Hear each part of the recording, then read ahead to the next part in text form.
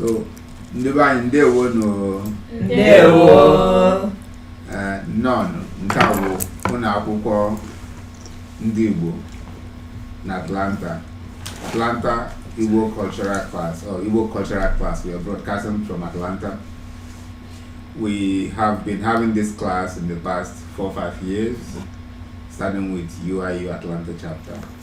And we have grown, we have seen some people come and go, people leave town. But we are still here because our goal is to promote Igbo culture. UIU Atlanta is a social cultural organization aimed at promoting social and professional network among young Igbo professionals and those who like Igbos in the Atlanta area. So it's actually an inclusive organization. Nobody is excluded. As long as you're interested in what we are doing, you're welcome.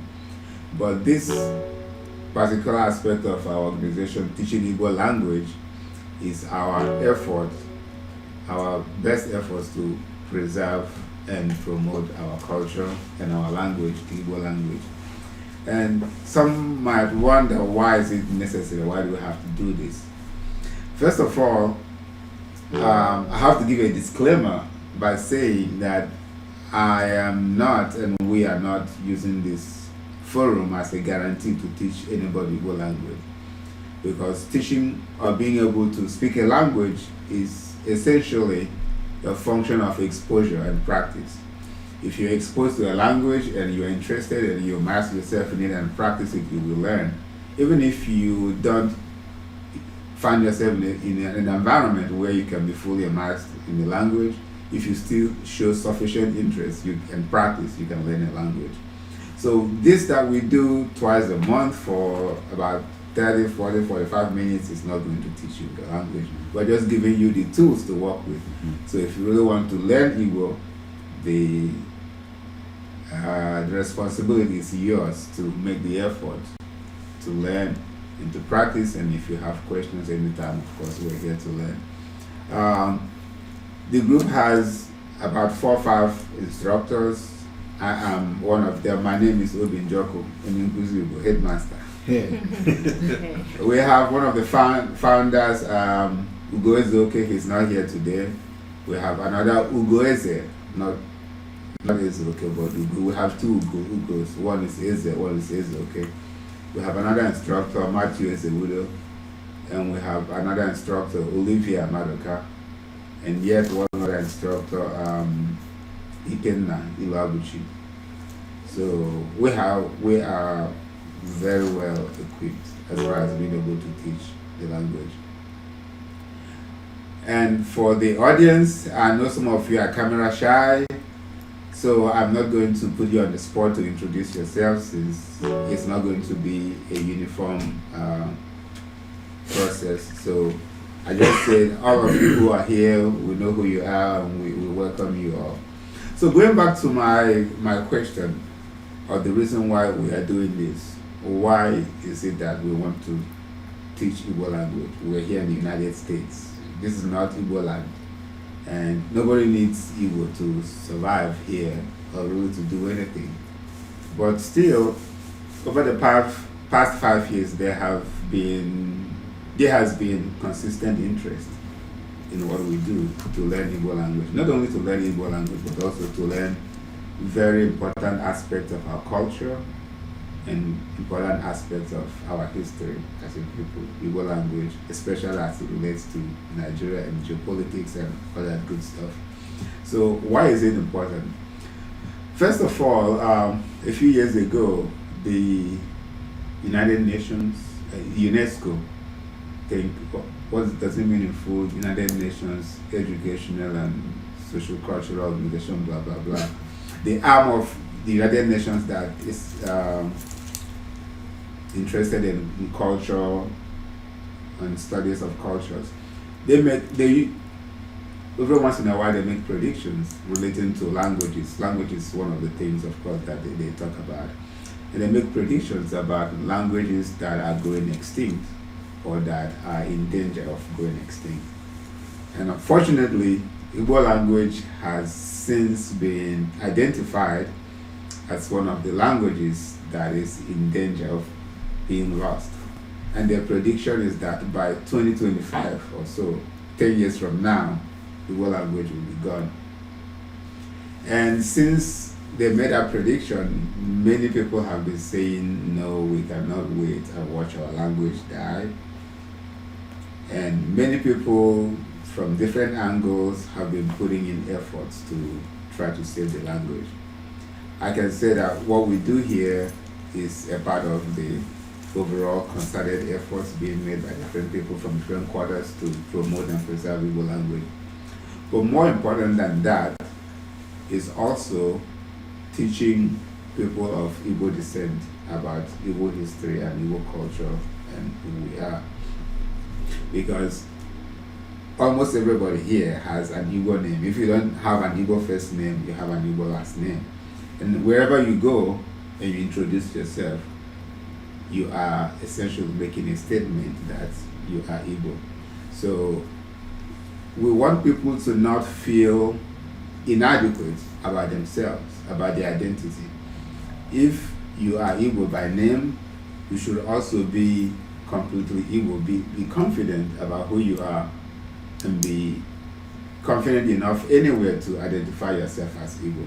And one of the things that gives people confidence in matters as such is a good knowledge about who they are and where they are coming from.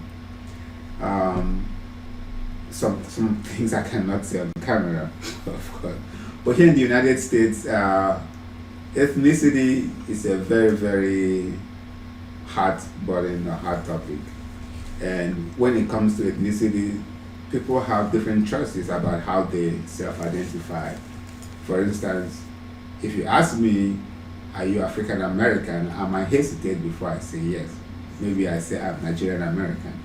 So why is it that I'm from Africa, I'm Nigerian, but I don't want to, first of all, or I hesitate to say I am African American. And it's not something peculiar with Nigerians. Jamaicans do it. They identify themselves as Jamaicans. Or they say they're from Caribbean American. But we all know that we are all from African descent. So why is it that it looks like a lot of people are running away from being called African Americans? Of course, we could say because there's an interpretation or an underlying meaning which we may not want to identify ourselves with. So that is why it is important for some of us to know really our roots and our history and our culture, so that when we say we are who we are and we are not who we don't want to be, we know exactly what we are saying and why we are saying what we are saying. So teaching our people about our culture is very important. And language is the primary denominator. One of the quickest ways to identify with your culture is to be able to speak the language. And if you don't speak the language, it doesn't make you any less equal. Because if you look at the Jews, for instance, wherever they are in the world, they self-identify as Jews and Jewish Americans. They are a very, very powerful political and economic group. But how many of them speak Hebrew? No, not really. Maybe 1% or less.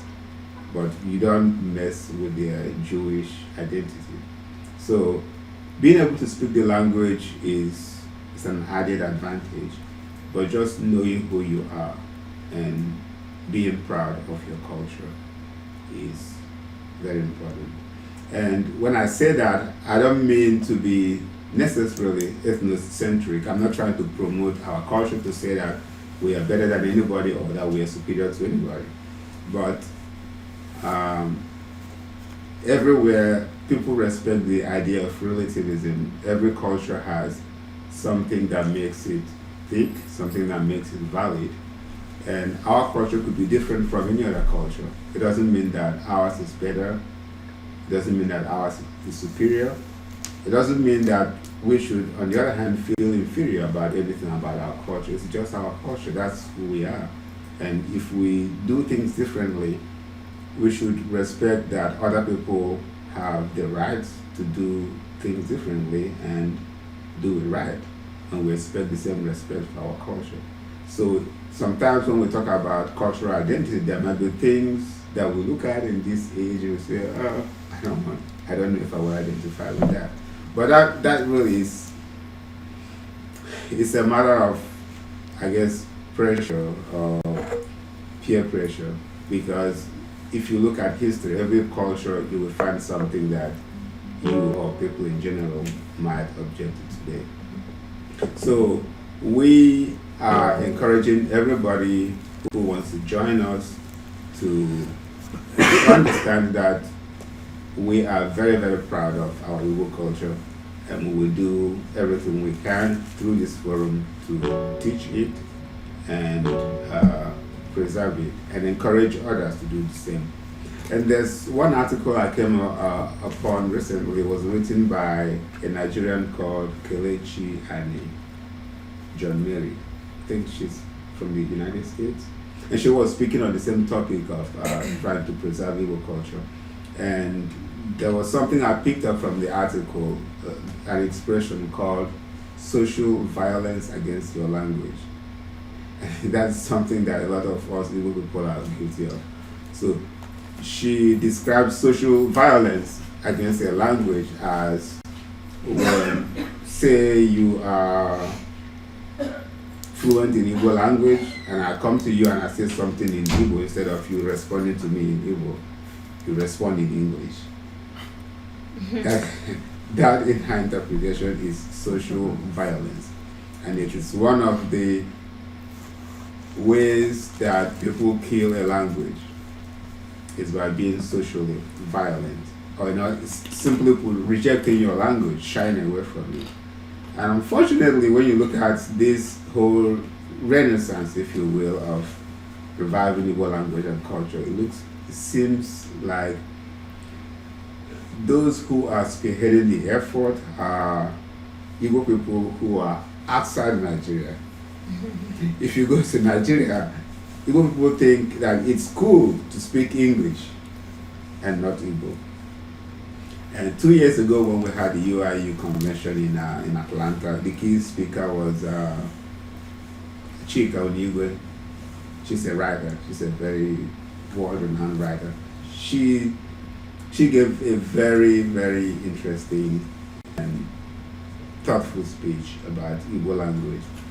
And she gave an example of when she went to Nigeria, and there was a cobbler. She happened to be at a cobbler's workshop, and it was in the morning.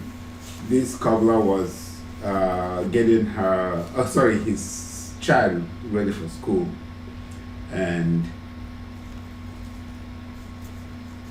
he was trying to speak only in English to the boy, and he was saying something in English that was very, very incorrect. Teaching this boy English in a very, very bad way. And this was happening in Enugu. So Mr. Unigwe found it very regretful that this boy is living in Enugu, the capital of Igbo land, and he's going to grow up not being proficient in Igbo language and not being proficient in the English language. So that is a very, very common phenomenon. It's very, very bad. Like, people generally see it as a sign of social mobility, upon to be able to speak English only and not Igbo. So if a parent, sometimes some parents, when they see their child speaking Igbo, they will, reprimand the child or even punish the child. They speak English only and they speak to their children in English, not knowing how counterproductive this is going to turn out to be in the long term. So these are some of the things that gave us the motivation to start this program of teaching Igbo language. And not only that, we see also, like you all being here can prove, and some of our members who are not here, all Igbo people want to be really Igbo and to identify with Igbo, and we encourage that, and we're happy to always do this. Now, we are developing a format that we're going to run the class in. It's going to be divided into two parts, basically. One part will be the grammar part, where we will teach Igbo language from the alphabet up. We start with writing ABC. In Igbo is Abechi. We don't have C in Igbo. So we start right from teaching Abechi until we start making sentences. And we're going to start from the scratch. We know that some of you are at a level where you don't need that, but in order to make the program very progressive in nature, we will start from the scratch, teaching Abechi all over again. And for those of you who already know it, will be a refresher. And then the second aspect will be more topical. We'll be dealing with the history and culture. So we choose a topic, and there are thousands of topics. Igbo, how to conduct the whole marriage arrangement in Igbo, in the transaction and the ceremony and everything. Things like masquerades. What is a masquerade? Who belongs? What does he do? What is the function? Why is it needed? Is it still even needed, or is it relevant in the 21st century? We discuss such things. And someone has told me that they would like to see us discuss religion. And I think that's going to be a very interesting topic to discuss the traditional religion of our ancestors relative to Christianity, which is what most of the people practice today. Maybe that, but we have a whole lot of Ichios or Igbo Fala, a lot of things, naming ceremony, what are names, and how do you go arrive at the names they give their children, and what are the meanings behind all this. And as we go along, if we find any other topics, and we encourage all of you listeners who are in Atlanta or those who are not here, wherever you might be joining us from, if you can think of any topic that you would like us to discuss, we'll be very happy to take it up and discuss the topic. And some of the topics will be assigned to the students to work on as a project, and they come to the class and make a presentation, and they go and some will be discussed by myself or any other one of the instructors who has worked on the topic. So that is what I want to say for today. We expected more people, and more people are still, a few are still on their way coming. But I also want to give anyone who wants to speak an opportunity to do so. You have heard what I said. What are your ideas for the class? Because we live in a country where democracy is practiced. And the teacher or the headmaster does not have a monopoly on good ideas. So anybody can have good ideas. So Adobe. I just like the idea of speaking about religion, and I think not only historically, but it'll be interesting to speak about how people combine Christianity with historical religion. I think people do that now in contemporary times, so that'll be interesting to talk about. Okay, I'm surprised that religion is the first one that you chose. I think that's really interesting. Because it's going to be interesting, but it might hurt some feelings. Yeah. It's a very emotional issue, but we will deal with it the best we can and try to stay out of the more controversial aspects. So yes, we'll be discussing religion. Maybe we can assign it to you if you are so excited about it. I would like to hear what everybody has to say. You do your research and you come and present it, and then we discuss it in class. And also, there is another individual here in Atlanta area who is into broadcast in Omega Studio. He has a state-of-the-art recording studio with a lot of features that we can utilize in teaching a class in a very effective and interactive manner. So sometimes if I go to the studio to do recording and other things, I might use that opportunity to prepare a class and a presentation there and have him send it to us so that we attach it or link it up with our own YouTube channel. Mm-hmm. And if anybody wants to come with me to Omega Studio as a guest or as an audience, anytime next time I'm going to Omega Studio, I'm going to advertise to the group and let you know what I'm going there to discuss. And if anybody has an idea that he or she thinks will be better presented at Omega Studio, he will be very happy to host us there and give us his platform to express whatever views we have and educate our people. Okay. Any other comments, questions? I like it. Grammar and hot topics.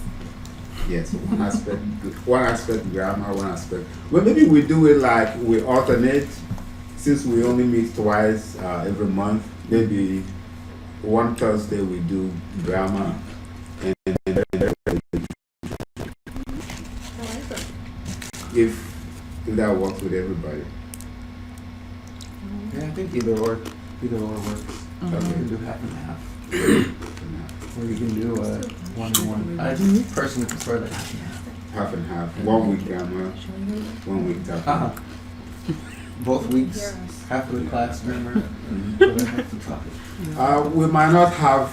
Oh, The problem is the timing. Yeah, Time, yeah. because okay, like I said before, people have so much going on in their lives, and we don't want to get to the point where people get bored and they tune us out, and we are sticking to the choir. We don't want And that I to know happen. when we have talk about a subject, we can go in. We'll really Yeah. Yeah, discuss it for a while. exactly. If you imagine that we're talking about religion, we won't even have Yeah. a whole hour is not going to be enough Yeah. to trash it out. You about So, half a cup? You about half a cup? what is your question? Can you bring it up? Chioma, That speak up, religion speak topic? up. No, I wanted to know who brought the topic of religion up. Oh no, that wasn't me originally. No, I was. Who brought it up? Mm-hmm. Let me remember her name. I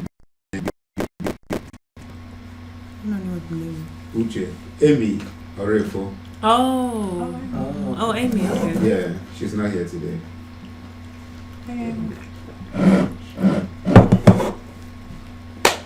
Okay, so what topic would you like to discuss? Me? To be assigned to? Yeah. Oh, I don't have a topic. Why not? So you want to be audience only? Audience only. Yep. Okay. Okay, so you missed some of it. Did you hear me? You missed some of the things you said. Okay, we said, let me just repeat a few things. We are going to divide the class into two, the format we're going to use, since we meet only twice in a month. So the first Thursday, we might do the grammar of teaching Igbo language, how to read, write, speak. And then the other Thursday, we discuss a topic related to Igbo culture. Maybe it could even be political, like all this noise going on, commotion, people even dying about demonstrations. Biafra? About Biafra, yes. So sometimes we can talk things that border on politics. Not that we want to go into political controversies, but you know, Biafra is part of our history. It happened. Whether people like it or not, it happened, and people need to know about it, and they need to be taught from the right source. And speaking of Biafra, there's also something I want to mention now before I forget. The generation that fought that war and survived, most of them are getting old and dying. So please, whether you're here in Atlanta or anywhere in the world, if you have a family member who lived through it and experienced it, interview them, talk to them, ask them all the questions that you need to know. And for some people, it's very painful. It's very, very painful because it was a very, very difficult time. Some people don't want to talk about it. But for the sake of our generation and the future generations, it is our history. These things need to be known. So if you can get a recording device, record someone, grandparent, record them, interview them and put it on record. You never know what difference it's going to make. talk to somebody, ask them questions, and let them tell you their stories. And it is a way of preserving our history. You know, a lot of people are being misinformed. So, you know, it's a very, very emotional issue. It's a very emotional issue. But we shouldn't lose the facts from those who experienced it. You know, I didn't get a chance to but when I went back, I got a chance to talk to my mom because my mom had a child during that war who died, and I never got to ask her really any serious questions about what happened. So when I went back after my dad died, I got to talk to my mom and ask her about my brother that I didn't get to meet, and it's very very touching for some people, and for some more so than others. And there's hardly any family you will go to, and you don't find someone who knows someone who died. People died in the war. People died from other, especially malnutrition, kwashiorkor, because it was a very very difficult time. The people were affected in ways that they still feel bad about. Some to talk about. I think we should press them to talk about it and get the facts out before we lose that generation. So that's my best contribution to the Biafra conversation. I'm more interested in the historical aspect of it than the politics of it for now.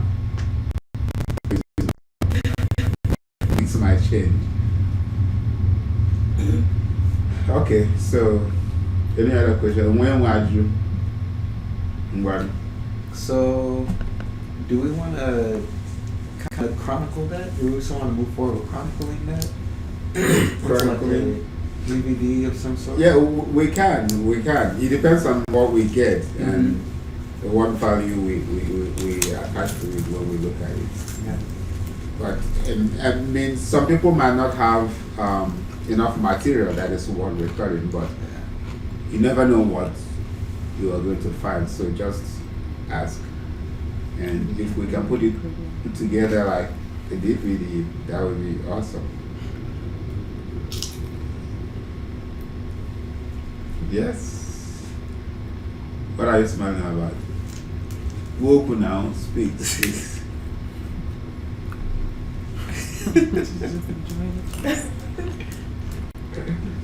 Okay.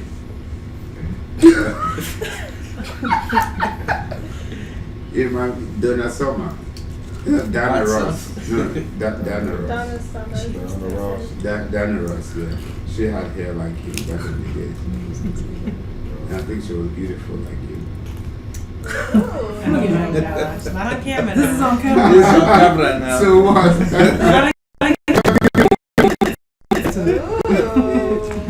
That's a compliment. Yeah, Dad. Now she's blushing. I don't know. Really? She's been knowing me for 2,000 years. Why should she take blush? That's a compliment. Anyway, so that's all I have for. I had prepared something that I was going to present, but we really don't have time to go into it. It's late, and people have to go home and get ready for work, get rest and get ready for work tomorrow. So please, before we wrap it up, thank you, Dalu, for coming out today. Oh. No. But let 8 o'clock be 8 o'clock, or let 7:30 be 7:30. Or maybe we should make it like, Igbo Union people? What is that? They want their party to start at 11, but they say 8:30 because they don't know No, we about don't do African time here. No. Were you on time? No, but I assumed everyone else was not going to be on time. That's why I came there. Okay, so we are doing on, we are assuming That's- African that's- time. I didn't know everyone here was going to be on time. Usually, not everyone is on time. But That's that's the excuse point of then. African That time. Yeah. I'm always punctual. I'm a very punctual so you should person. have still come early. Okay, Like, Well, I didn't wanna be the only that's one just here. what I It's want okay. to Stand at people's emphasize. face. Is it Exactly. Is it 7:30? it's okay. What 8 time? o'clock because Uh, I ain't African. Yeah, Okay, 8 o'clock. 8 o'clock. Yes. Sometimes I come from 8 work though. That's the only issue. 8 o'clock is 8 okay o'clock for you? okay for you? My schedule varies at work. Okay. Well, some people might be late, and he is very gracious to host us today because he's the engineer and the technical director of our studio production. Will it always be hosted here? I doubt it.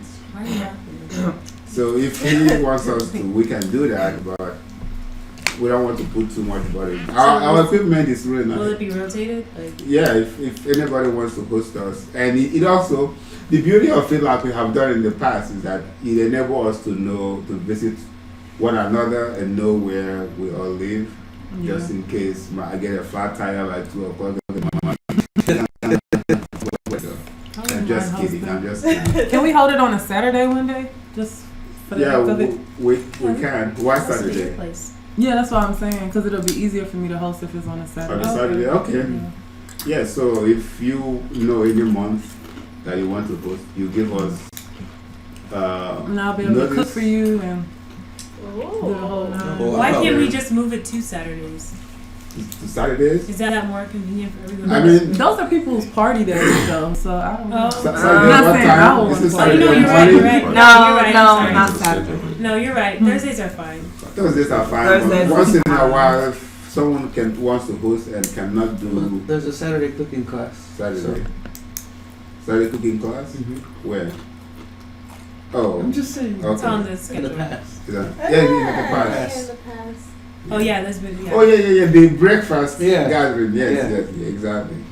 That used to be fun. Yeah, you missed. Oh yeah. Oh, that's why you left. What? Start that up. Wasn't Huh? that What? your house? The breakfast gathering. Oh, yeah, yeah. I remember That's that. the first time I met him. That was the first time I ate his suya. You That's- see? That's the first time. Memories. Yeah. I Memories, didn't see good him. memories, yeah. So that's also one other thing we do. We get together Yeah, on first time I Saturday met you. mornings. We cook akara. We prepare traditional Igbo food, Igbo dishes. Some people prepare ahead of time, like more because it takes too long, and bring and Oh, start damn. doing it. Okay. Did you cook it all? Which one? We are going to bring our money jar. Don't forget, we still need contributions. Please, anybody who wants to support us, we are still accepting donations, and we have a money jar, a jar we put out. If you speak when we start the class proper, the grammar, we don't speak English. We are using English because it's an introduction. No. So when we start a class, we put our money jar. You speak English, $1 on certain levels. It's not that you can't say anything in English, but There you go. I thought Yeah. when you come in, the basics, I thought yeah. you can leave and go with speaking English. Yes, and the sit down. greetings, like the introductions, the greetings, saying hello, how are you, and goodbyes and all that.